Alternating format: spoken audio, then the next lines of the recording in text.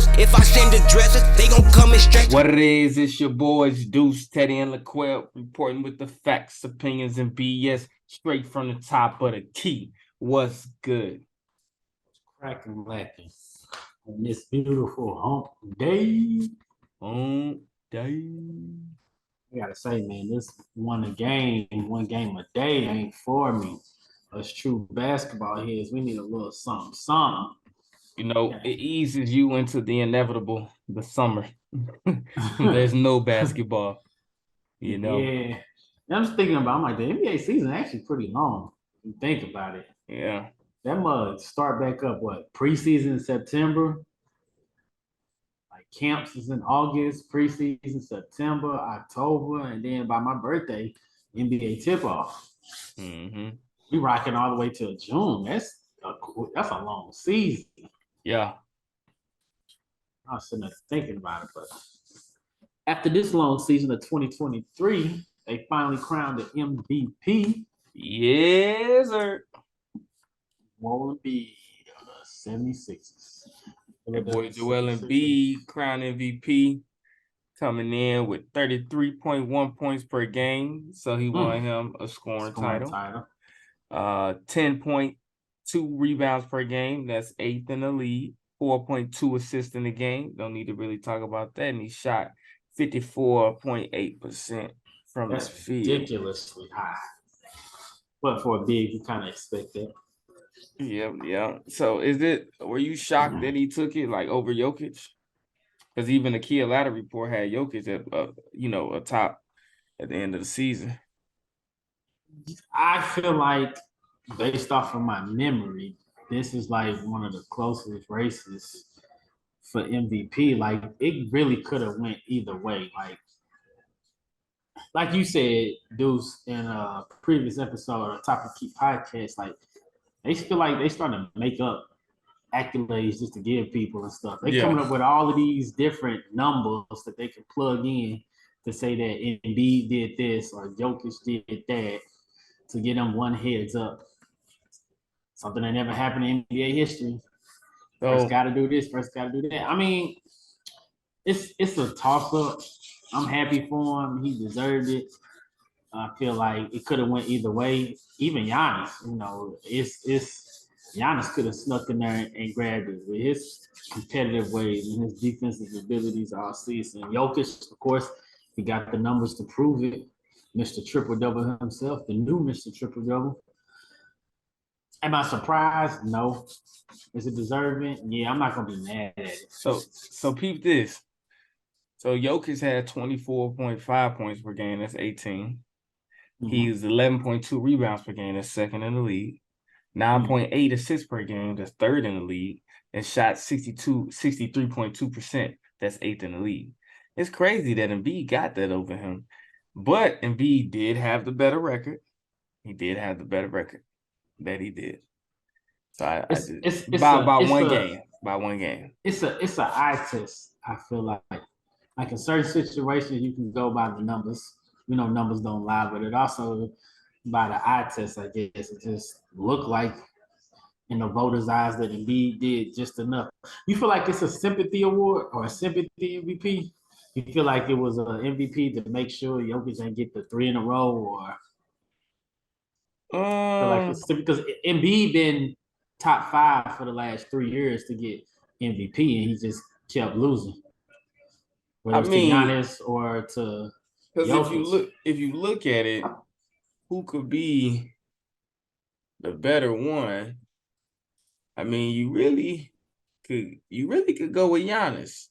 Because Giannis 31.1 points per game, that's 5th in the league. So that's less than Embiid, but better than Jokic. 11.8 rebounds per game, which is better than Embiid, and it's actually the same as Jokic's. Then you have 5.7 assists, which is better than Embiid, but less than Jokic. So if you look at it, he only lost to Jokic in one category, then he 55.3 from the field. So it really, I mean, and he got the better record. So if you're looking at Embiid and giving it to Embiid, like the only thing I see where Embiid got over Jokic is scoring, but Jokic he best Embiid and rebounding. field goal percentage, and assists. So the only other area you can go to is the winning.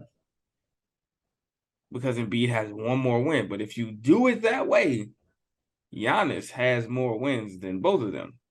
So maybe it is, it's just time for it's like it's time for a new, you know what I'm saying, people can share. It's time for a new face to win MVP. You can appreciate it, you can accept it. However, I would like to know the ideology behind them picking the MVP because that's what I was saying. Giannis' numbers look better than theirs because you get Joel and Jokic put in one when you look at Giannis' numbers. Yeah, that's what I'm saying. It's got to be the eye test. Yeah. And what they seeing, because if you're going off of numbers, it's only fair that Jokic win. He got technically, only because he got more assists than Jokic. He got more assists than Giannis. It's only fair that if you're going off of numbers, Jokic wins. But no, because he got more assists. They got the same rebounds. Giannis got more points. So, but Giannis has the better record. Field goal percentage. But Giannis has the better record. Yeah, they're not going off. Yeah, they do. They definitely. Who knows? Who knows what they going off of? They definitely consider records. Now that Embiid won this year, who knows what the criteria they're going off of right now? It's got to be an eye test. They got to be seeing. It could be also considering the amount of games. Could be. I don't know. I don't think Jokic missed that much though. That's what I'm saying. So because he played more games, his stats are more solidified because across more games, your numbers can drop or they can go up. So that could be it. I don't know. But, however, we don't need further speculation. We like to, you know what I'm saying, give a round of applause to my man, Joel Embiid. Good shit, man. You got that MVP. Much deserved. You did your thing. You've been working so hard. For years. That boy been trying to get that mug for years from Jokic. It's been between them three for the last 3 years, right? And Steph Curry was 4 years ago, but it's been them three for the last 3 years. Jokic, Embiid, and Giannis, Jokic. Right. And for the last 3 years, it's been them three top. And I think the 4th year, Steph Curry was right there. But shout out to them. Let's move on to the fake beef you guys got with these dogs, the Memphis Grizzlies. So I know everybody been seeing the memes and the posts on social media about where Dillon Brooks, the Memphis Grizzlies officially made it official that they are not re-signing this boy Dillon Brooks. They is letting go what do you call it, a tumor? I would tell you this. It's sometimes when I got this urge, this hunger to get on and do just a random recording, like, hey, let's get on right now. This was one of them, like, I had to really fight myself. And had it been, like, had I read that, like, Monday and had to wait till Wednesday, I'd be like, nah, we got to record Tuesday. So when I read it, I'm like, the Memphis Grizzlies, they heard us. They fucking with us. They heard what we said. Let that motherfucker go. So the Grizzlies decided to do so. And I'm reading more into it. They saying that he's demanding, like he said he wants $25 million a year. Is he worth it, Teddy? So let me help you understand. He ain't even giving you 25 points. DeMar DeRozan. Playing 25 minutes. Hold on. Andrew Wiggins, DeMar DeRozan. Those are the type of players who make that money. Andrew Wiggins, DeMar DeRozan. Is he giving you Andrew Wiggins, DeMar DeRozan type output? Not offensively or defensively. Jalen Brunson. No. Not at all. Right. So he demanded 25 mil. So that's what that's what came out. They said that's what he demanded. Now Dillon Brooks, he took it to the net and he said, I was a 3-and-D player. So when I'm reading that, I'm like, it sounds like he's trying to say he sound like he's trying to say he's more. So I kept reading. He said, I have much more to offer to the game than just that. So I'm looking like 3-and-D. Don't you gotta at least be able to make so many threes or shoot a certain percentage to be considered a 3-point shooter? Right. You shot 20-something% in the damn playoffs. So I don't know. What's your thoughts on that, man? Man, what is he averaging like? Less than 10 points, less than 6 assists and 6 rebounds. Like every time I look at his stats, the numbers is just it ain't worth 25 nothing. It ain't even worth 14.3 points per game, 3.3 rebounds, 2.6 assists, off Come on, bro. 40% shooting, 39.6% shooting from Come the on, field. bro. And how many minutes is he giving me? Like, be for real, bro. He is playing. Let me see. Add up the three things: the rebounds, assists, and He points. plays 30 minutes a game. It's not even 25 His minutes. It's 3-point not even percentage 25. is 32%. How you wanna? No. You shooting below 35%. You call yourself a 3-point shooter, bro. Yeah, he tripping. Bruh. Your points, assists, and rebounds don't even equal 25. Why is you trying to get 25? He just doesn't contribute enough in the game of basketball on the court. Off the court semantics may be to some liking or something. If you want to be whatever it is, if it sells tickets, if it gets people in the seats or whatever the case may be, but actually on the court stats, you don't do enough to even be considered for that type of money. Who's going to give you that type of money? Look, this season, especially in the playoffs, he brought more of a distraction to that team. He's a tumor. You got to cut it out. Because he put a bigger target on their back. After Ja Morant's stupid comments talking about they ain't worried about the West because he got overconfident, Dillon Brooks went ahead and started poking the bear. So now, as I continue to read, the organization says you will see the Grizzlies take a new approach to trash talking. We accept confidence and we want our players to be confident.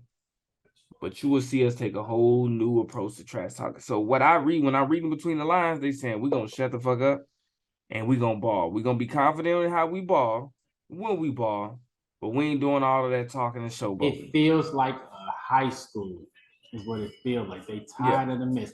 The owners of the organization is tired of it. Like, bro, y'all talking all this stuff and ain't got nothing to prove and nothing to back up. Like, at least get me to the Western Conference Finals. Give me something. Give me something that I can build off of. You're not giving me nothing. This finishing second, finishing first, finishing third in the league just to be bounced out in the beginning of the playoffs ain't doing nothing for them. They looking for more, and they got to go in a completely different direction. Because all that dirty playing and all of that off-court semantics they got going on, like, see, Ja Morant, he's blessed because he has the talent and the skills to make up for the off-court BS that he got. We ain't gonna give that up. And if we do give it up, we're gonna trade it for something to get something back because we can get a lot for it. Dillon Brooks is not that caliber of player. All that off-court stuff that you're doing, we can't get nothing for that. And then the fact that we're gonna have to trade you, what are we gonna get for it? Yeah. We can trade you, we're gonna trade you, but what can we get for you? It's definitely important to know your value and know your worth, because only then you will be appreciated in the way you're supposed to be.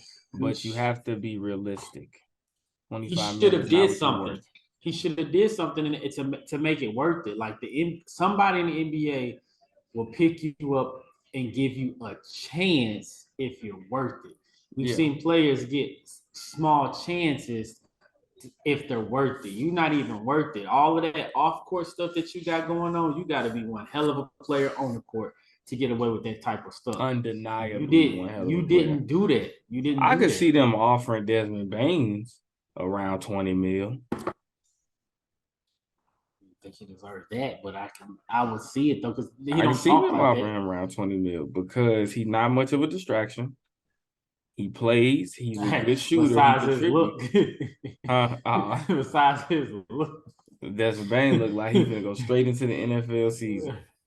That dude, man, but here we go right here. Pass the ball. Hey, but at least his 3-point shooting ability and his ability to be the lead scorer when John not doing it or Triple J is down, he can put the ball in the hoop. He has the ability to put the ball in the hoop. He's got multiple 20 and 30-point games. He does what you pay him for. Yes. Dillon Brooks, you're not giving me enough. I need something. I need a little more. If you could give me 14, 8, and 8 every single night, it makes more sense and be effective and be clean. Yeah. You know, so you could, if you're gonna talk your stuff, if you're gonna get your text, or if you're gonna get your text, do it from talking, not for the mess that you do. That dirty playing and stuff, we don't want the kids to see that. It's a family game. Yeah. Family game, man. So, but you know what? This may be our last time talking about the dude until we see him get signed from somebody else. And my prediction, I don't really see him being in the NBA. I can't see. I guess him. he'd I be don't see him good for the team. Dallas Mavericks. No, he won't. No, he won't. Y'all can add the perimeter defense. He's not doing nothing. So I don't know. I don't know if we're gonna see him in the NBA again next year. I would be surprised.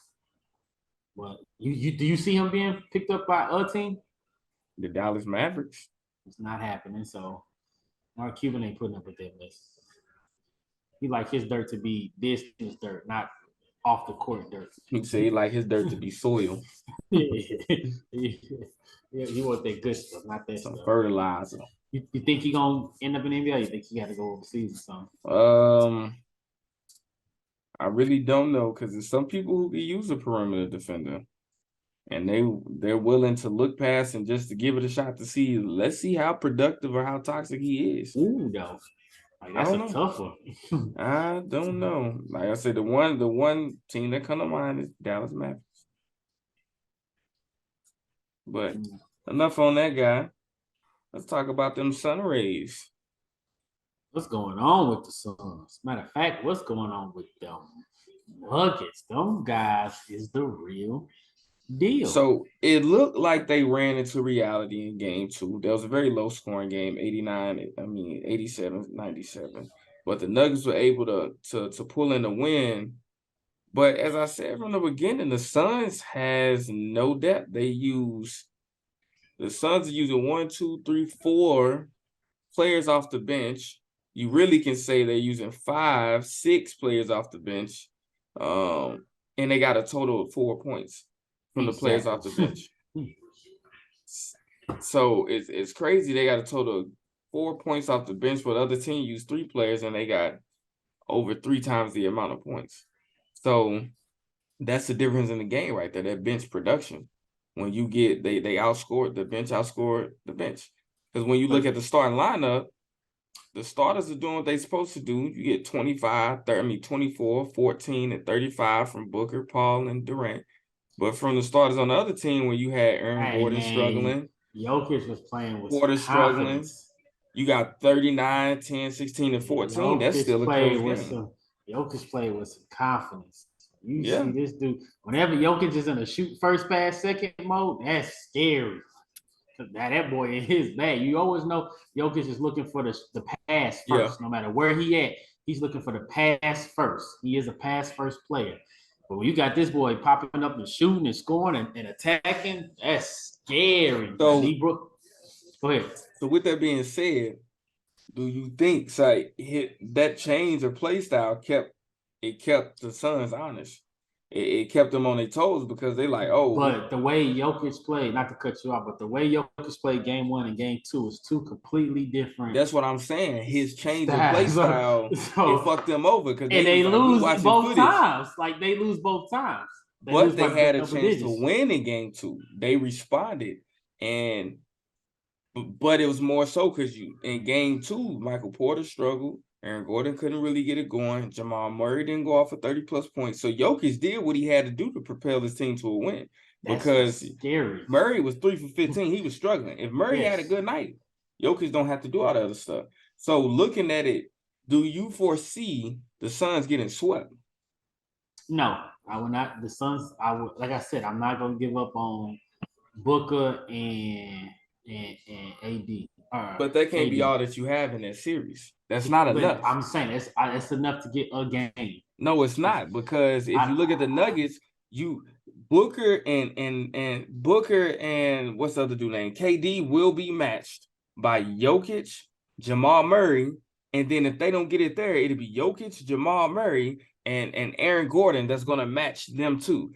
But then you're still going to get production from Caldwell Pope and or Michael Porter and the bench. When you got Bruce Brown, Jeff Green, players like that. Hey, I'm not knocking you. I'm just saying I'm going to put enough respect on that man's name to say that they're going to get a game out of this thing. If they do not win game 3, it is a sweep. Possibly. Now, you probably ain't even tracking it. You seen Chris Paul. Chris Paul out. He doubtful for game 3. That's why I didn't say Chris Paul. I'm saying I give. But that's what I'm saying. So if you take away Chris Paul, that's another player, another productive player that you lose. You already thin. You stressed thin. You resting on Cameron Payne, who's not in playoff shape. He just came back. That's gonna be your go-to. Who you got coming in for Cameron Payne? I guess you're gonna ride with Damian Lee. That's the only other person you're using as a guard off the bench. You're gonna start using Terrence Ross, Landry Shamet. So they need to use him because he got more. But I'm talking about to play that point guard. Yeah, role. I know. I mean, Devin Booker, he'll do a fine job doing that. He'll do a fine, but I'm just saying that production. I give them enough respect to say that they're gonna get a game. I give them a game. The Nuggets are gonna win this series hands down. Yeah. They're showing it that it's easy, but KD being one of the greatest players of our generation, what we grew up seeing, and Booker, he coming out of nowhere. Well, I ain't gonna say coming out of nowhere, but the last 3 years, Booker been that dog. Didn't Booker get like 70-something or 80-something points? Like he been a dog. It's not enough. It's not enough. It's not. You got to do more than that to win a series. But what did I say when they came together? Especially when it comes to the playoffs, they are very injury prone. Devin Booker, Chris Paul, and Kevin Durant, and now you're seeing it. Yeah. So they look, like I said, I don't see them. They're not going to win the series. I didn't pick them to win the series. I give that man enough respect to say he's going to get one game at home somehow, some way. I just know if they don't win game 3, that's a sweep. I still give him the benefit of the doubt of game 4. I ain't giving him game 4. I ain't giving him game 4. But what Jokic just did just showed and proved that he by himself can switch it up and beat and will these guys like KD, Booker, y'all are nothing. Like y'all don't faze me, y'all don't scare me, y'all don't do nothing like that. That's crazy. Some of the OGs like Shaq and Chuck and Kenny Smith, well, they were all laughing because nobody on the Suns could guard Jokic, and it's crazy. Because you'll see a team like the Warriors who have 0 bigs, really. They'll guard Jokic and frustrate Jokic, but nobody on the Suns could guard him. He was playing with DeAndre Ayton. He was bullying KD, little skinny ass. Like, it was nothing that they could do. So they do strong. He don't look like it because he's so flat and just built funny, but that's a strong dude. That's a big, strong dude. Yeah. And he plays ball. Like, Jokic is a baller. Like, that's a baller.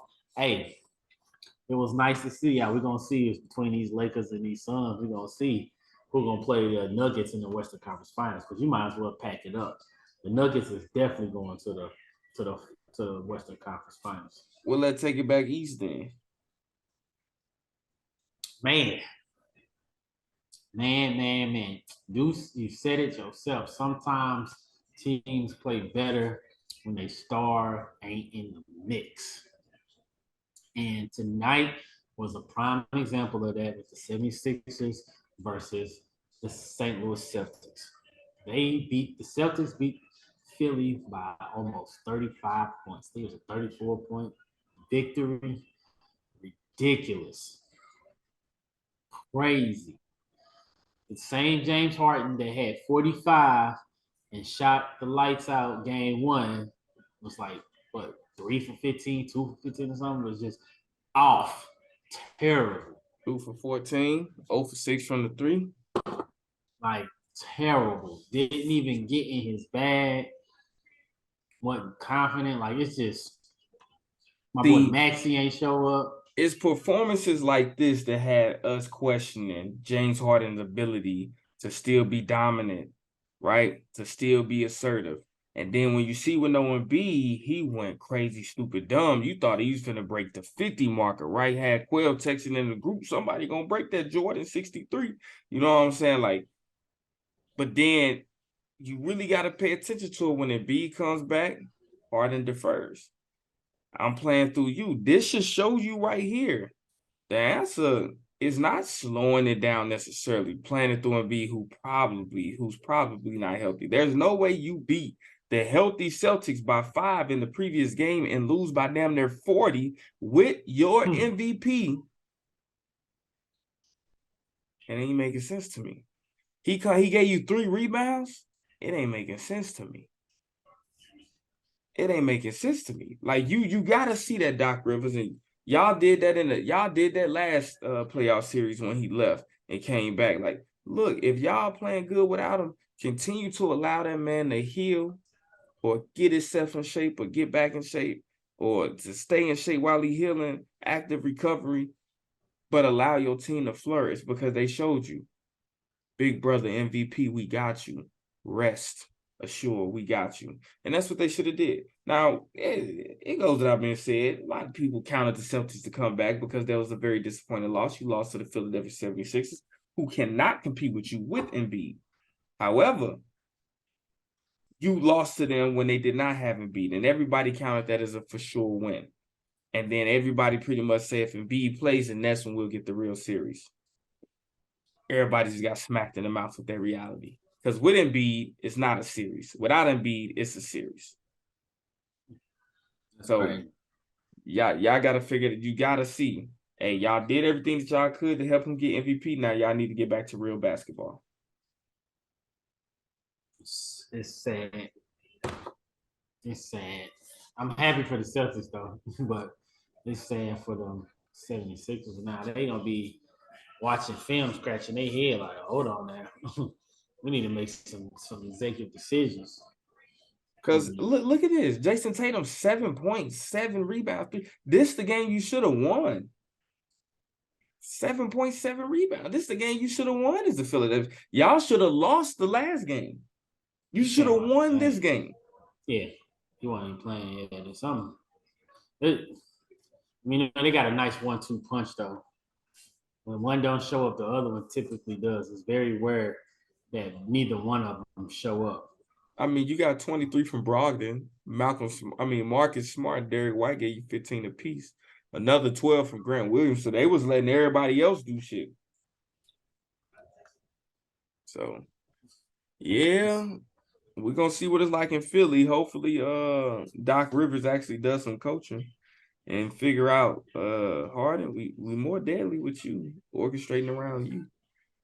It should be Harden, then Joel Embiid, or let them carry the weight together. But it shouldn't be Joel Embiid, then Harden, I'll tell you that much. Yeah, he needs to.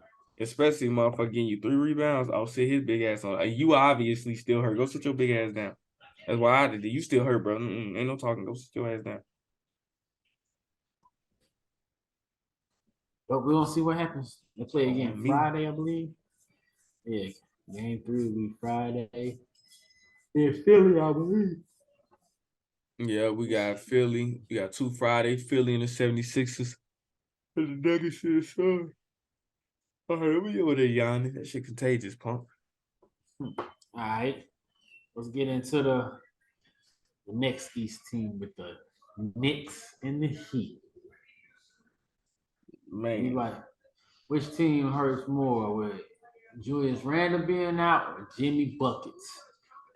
So, before game 2, I was inclined to say Julius Randle. After game 2, I'm for sure. The team that hurts more, I think, is the Heat. That's pretty obvious, though. I think it's the Heat because in Jimmy Butler's absence, who do you have to step up? I mean, they still gave the Knicks run for their money. Oh, yeah, that was a close game. But can we expect Caleb Martin to give us 22 and 8 every game? Adebayo, that's the one person you would think would step into those shoes and live up to it. But that's like I said, he plays soft. He's not aggressive. That's not him. Gabe Vincent came in 21, 2 rebounds, 5 assists. And then they utilized their bench, got about 20 points from the bench, over 20 points from the bench. So that's how they stay in the game. But Julius Randle came back, gave you the numbers, 25, 12, and 8. I told you he's gonna do his damage versus Kevin Love. He's gonna do that damage versus Kevin Love. But they only got 12 points from the bench. That's why the game was closer than it should have been. But I mean, the Knicks lost without Julius Randle. The Heat lost without Jimmy Butler. But I still didn't feel like with that game they could have won. But the Knicks obviously have players like RJ Barrett, who I told y'all keep an eye on this season. He's averaging 20 points. I mean, the series, he's averaging over 20 points a game this series. He give you that 20. I told y'all. Jalen Brunson give you that 30. You got from Josh Hart, 14 points, 11 rebounds, 9 assists, 1 steal, only 1 turnover. So the Knicks have more depth and more people on that roster that you could be like, I could see about 15 to 20 from RJ Barrett, about 20 to 30 from Jalen Brunson. That's in the absence of Julius Randle. You can't really do that with the Miami Heat. Question: why are they not giving Derrick Rose any type of clock? I don't know. I don't know. Why he don't get the nothing? I think because they got that young batch of players. So yeah, but it's Derrick Rose. Like, you can't get him out there for 2 minutes.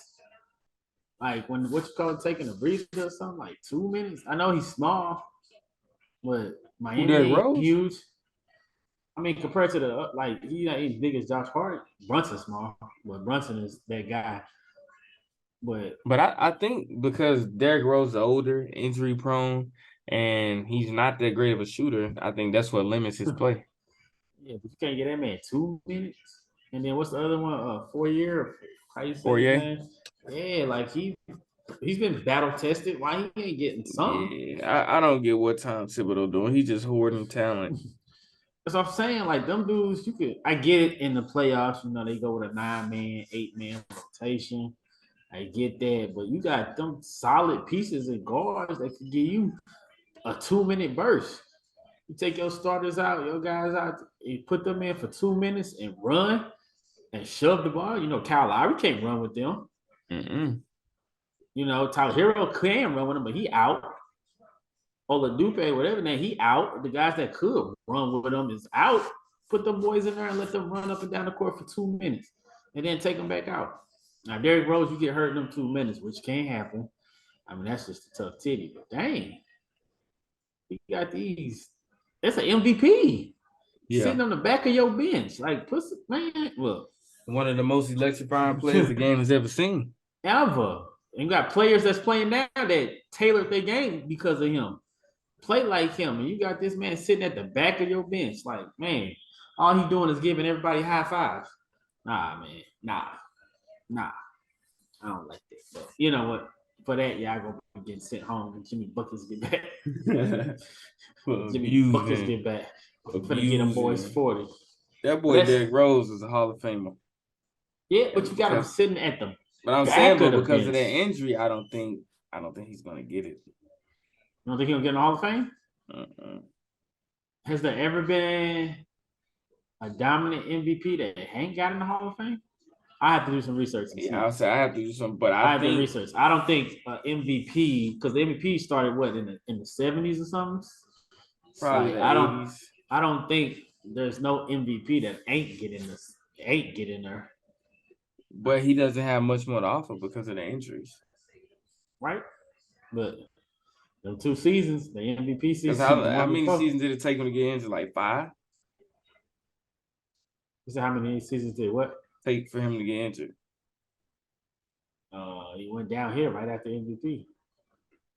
He got MVP in his 4th season or something like that. But that's what I'm saying, about 5-6 seasons. How many MVPs you know from 5-6 seasons? Because he ain't did nothing since then. So I mean, you got the Bulls one of their better records, considering Mike Jordan. Yeah. You know, he led them to a 60+ win season or something like that. You know, they ain't had that since Jordan days, and then winning the MVP, and then he get to the Eastern Conference Finals but lost. Like, I mean, that might not be enough to get into the. I don't think 5 seasons is enough. We seen players get the top 75 and be like, huh? How they get in and they ain't get in, but who knows? We need some time. We need some time to talk about these Warriors and these Lakers real quick. I'll save some time for that. Yeah. All right. Should the Warriors be worried after a dominant game from AD? My professional top of the key podcast opinion, no. They shouldn't be worried. And I say that because, for one, they defended champions. For two, they got Steph Curry, who's top 5 players in the NBA. And for 3, AD gonna do what he do. You always gonna have that. You ain't gonna always have that, but a lot of times you're gonna have that one player that's gonna do what they do. Let them do what they do. You control everybody else around you because you can't control them. They don't have the personnel to really control AD. It ain't AD that's really gonna beat you. It's everybody else around you. If you limit they contribute, AD ain't gonna be able to do it all on his own. He's gonna need some help from supporting cast. And if they take care of the supporting cast, they're gonna be fine. I don't think that they have to necessarily shoot themselves out of the gym. I don't think that they got to shoot 53s and make 25 of them. I don't think they got to do that to beat the Lakers, because technically Looney gonna match AD rebound for rebound, and then scoring Looney and Draymond and Wiggins is gonna match his scoring if he's giving 35, 30 plus. You just got to make sure everybody else doing what they doing. Steph not going to get tired. J. Poole not going to get tired. Clay not going to get tired. Y'all guards is way better than our guards in the Lakers. Like, I wouldn't be worried too much. You just got to make better decisions. Like, I would say, even looking at this game, the miraculous, performance you got from AD, you still only won by 5. You really won by 3. You get an extra 2 points to seal the deal. You won by 5, right? Y'all took over 20 more threes than we took and almost made over 20. Y'all done made 19, not threes, free throws. Y'all made 19 more free throws than we did, and you still won by 5. Now think, if that scale was a little more balanced, you lose that game. So y'all won in the free throw battle. You won on the boards, and I believe y'all had less turnovers. Y'all had 8. We had 8, so we tied in turnovers. But y'all beat us in blocks. So winning all of that, you still only won by 5. And I'm looking at that. My issue with that game is Draymond Green played in that game like Sabonis played in the last series. You can't do that. You were attacking last series, shooting the shot, the floaters, attacking the rim, dunking, laying it up, shooting the 3. You got to do that same thing, because they looked at you the same way that y'all looked at Sabonis last series. And you looked just like Sabonis. You were just standing out there on the island by yourself and wouldn't shoot it. You even had plays where Jordan Poole had the ball, but y'all got into that routine of Steph and Clay. No, all of y'all need to look to score. Because when y'all lose to other teams, it's not necessarily one player being dominant. It's the fact that player is producing and everybody else around them is producing. So if y'all look to score, you make it a lot easier for Steph and Clay. Because I seen Jordan Poole have a wide open 3 and then skipped it all the way across the court to Clay, who didn't shoot the ball, and we didn't get anything off of that play.